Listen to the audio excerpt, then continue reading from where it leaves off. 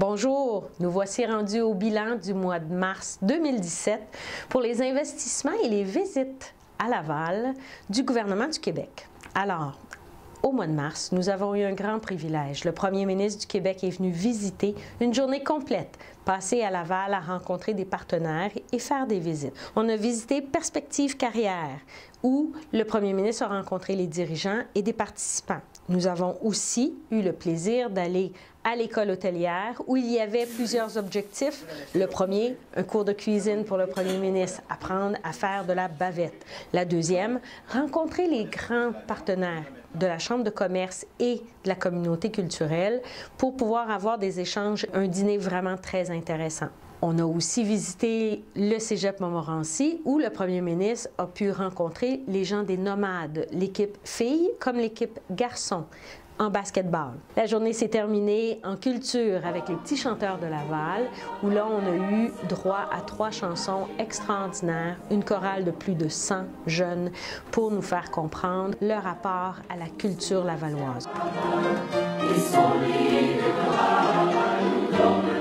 Nous avons aussi fait une planification routière pour Laval qui a été annoncée, un peu plus de 58 millions de dollars investis pour 2017-2019. Il y aura au moins 350 travailleurs sur plus de 17 chantiers à Laval. Mon collègue Jean Abel a eu le plaisir de faire une annonce d'un peu plus de 251 000 dollars pour l'église de Sainte-Rose, pour la conservation du patrimoine religieux. Les députés de Laval ont la volonté d'informer nos aînés. Donc, une pièce de théâtre a été présentée dans chacune des circonscriptions. La pièce de théâtre s'intitule « Réveille-toi, Arthur ». 2 policiers ont écrit cette pièce. Elle était offerte, gracieuseté de la police de Laval et des députés, pour s'assurer que nos aînés soient le plus informés possible sur les possibilités de maltraitance. En mars, c'est aussi le dépôt du budget du gouvernement du Québec qui s'est fait par mon collègue, M. Letao. De belles annonces. Mais qu'est-ce que ça veut dire pour les gens de Laval? C'est simple, c'est un réinvestissement en éducation, en santé et en économie, puisque ce sont nos priorités. Puis, l'abolition de la contribution en santé, donc un retour dans vos poches. Pour la ministre des Aînés que je suis, nous avons renouvelé le mandat des travailleurs de milieu des aînés en situation de vulnérabilité. Alors, on a fait l'annonce d'un investissement de 10,8 millions de dollars pour renouveler le mandat de ces gens qui travaillent dans chacun des milieux, chacune des régions. Dans le comté de Mille-Îles, pour vous donner une idée, il y a 2 organismes qui ont reçu des sommes, le Centre Petit Espoir de Saint-François ainsi que l'Association des personnes aînées résidant à Laval.